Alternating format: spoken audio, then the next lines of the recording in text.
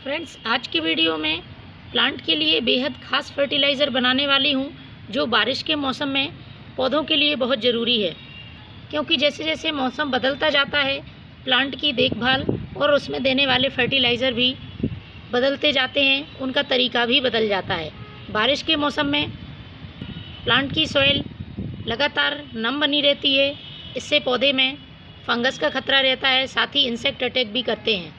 तो हमें फर्टिलाइज़र के साथ साथ प्लांट की इंसेक्ट से भी रक्षा करनी होगी।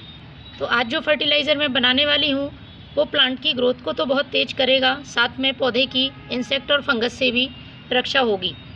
बारिश के दिनों में पौधे में नेचुरली ग्रोथ होती है, हरियाली होती है, पौधे में फूल भी आते हैं, लेकिन फूलों का आकार बहुत छोटा होता है या फिर उनमें बड्स ड्रॉप प्रॉब्लम हो जाती है। कलियाँ फूल बनने के पहले गिर जाती हैं। कारण होता है पौधे में पोषक तत्वों की कमी। क्योंकि इस तरह से हम छोटे छोटे गमलों में लिमिटेड सॉइल में प्लांट लगाते हैं तो उनके पोषक तत्व पूरे जो ज़रूरी हैं प्लांट के लिए नहीं मिल पाते हैं। इसलिए पौधा ग्रोथ तो करता है लेकिन उसमें फूल अच्छी मात्रा में और अच्छे आकार में नहीं आ पाते हैं। इसी तरह से फल और सब्जियों वाले पौधों पर भी होता है। तो ये फर्टिलाइज़र आप अपने सभी फ्लावरिंग प्लांट्स, वेजिटेबल प्लांट्स और फ्रूटिंग प्लांट्स पर यूज़ कर सकते हैं।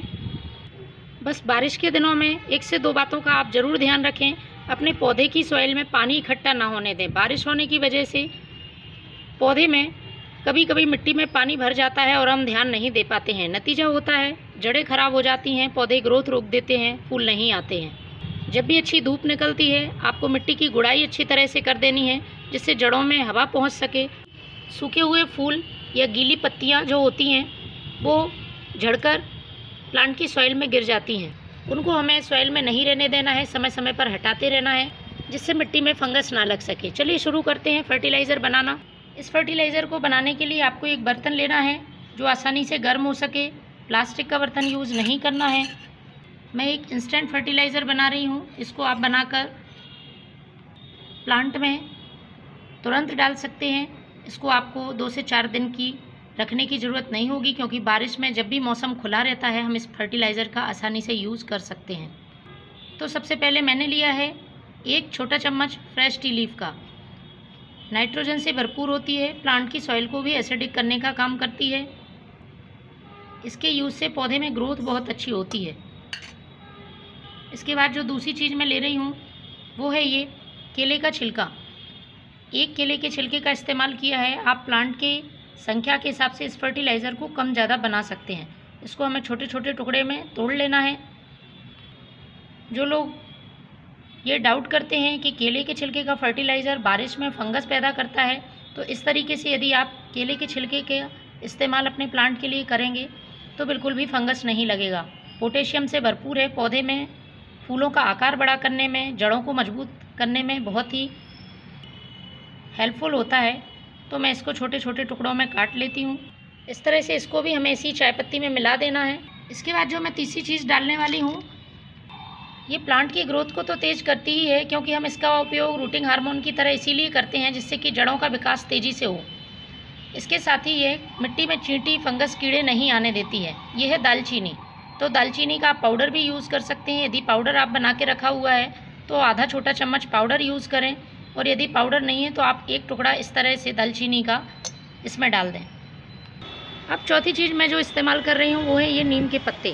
नीम के पत्ते बारिश के दिनों में प्लांट में इंसेक्ट नहीं लगने देते हैं क्योंकि इनमें एंटी फंगल और एंटी बैक्टीरियल प्रॉपर्टीज़ होती हैं, और उसका स्वाद बहुत कड़वा होने की वजह से यदि पत्तियों में चूसने वाले, पत्तियों का जो रस चूसते हैं वो कीड़े या इल्ली रहती हैं, ख़ासतौर पर जो हमारे सब्जी वाले प्लांट हैं उनमें लग जाती हैं, तो वह भी दूर होती हैं।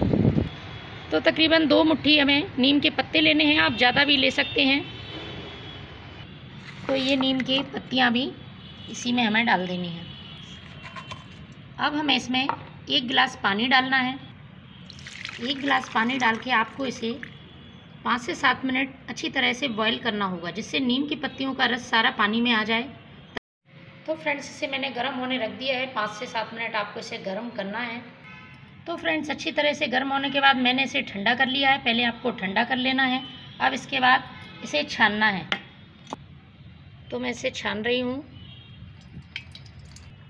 छानने के बाद अब हमें इसे डाइल्यूट करना होगा। तो जितना भाग आप फर्टिलाइज़र का यूज़ कर रहे हैं उसका 6 से 7 गुना आपको सादा पानी मिलाना है। ये फर्टिलाइज़र प्लांट्स में डालने के लिए तैयार है। आप इसको स्प्रे भी कर सकते हैं, और यदि आप डायरेक्ट सॉइल में डाल रहे हैं तो पॉट की साइज़ के हिसाब से महीने में एक बार आप इस फर्टिलाइज़र का ज़रूर यूज़ करें। Thank you.